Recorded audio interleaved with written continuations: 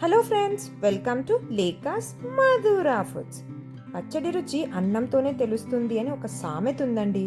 ఈరోజు అలాంటి ఒక పచ్చడి యూస్ చేసి చాలా ఈజీగా టేస్టీగా 5 నిమిషాల్లో చేసుకునే రైస్ ఎలా చేయాలో చూద్దాం. పచ్చడి అన్నం చేసేది ఏం చూడాలి అనుకోకండి, చాలా చాలా టేస్టీగా ఉంటుంది అండ్ లంచ్ బాక్స్కి ద బెస్ట్ ఆప్షన్. ముందుగా ఒక ప్యాన్లో 2-3 టేబుల్ స్పూన్ల ఆయిల్ వేసి అది వేడయ్యాక 1/2 టీ స్పూన్ ఆవాలు, జీలకర్ర, శనగపప్పు, పిడికెడు పల్లీలు వేసి బాగా వేయించుకోవాలి. తరువాత 2 ఎండుమిర్చి, 3-4 పచ్చిమిర్చి ముక్కలు వేసి వేయించుకున్నాక కరివేపాకు కూడా వేసి కొద్దిగా ఫ్రై చేసుకొని సన్నగా కట్ చేసుకున్న ఉల్లిపాయలు వేసి బాగా ఫ్రై చేసుకోవాలి. ఉల్లిపాయలు బాగా వేగిపోయాక కొద్దిగా జీడిపప్పు పలుకులు వేసి లైట్ గా ఫ్రై చేసుకోవాలి. ఇందులో ఇప్పుడు 1 టీ స్పూన్ ఉప్పు, పసుపు, కారం వేసి మాడిపోకుండా ఫ్రై చేసుకొని స్టవ్ ఆఫ్ చేసి పూర్తిగా చల్లారనివ్వాలి.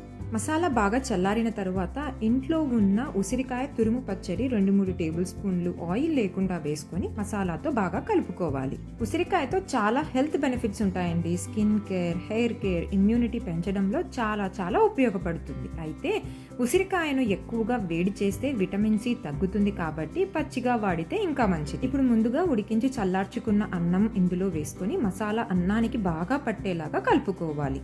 అబ్బా, ఈరోజు ఏం వండాలి అని అనిపించిన, కూరగాయలతో తిని తిని బోరు కొట్టిన లంచ్ బాక్స్కి చిటికలో రెడీ అయిపోయే ఇన్స్టెంట్ రైస్ ఇది.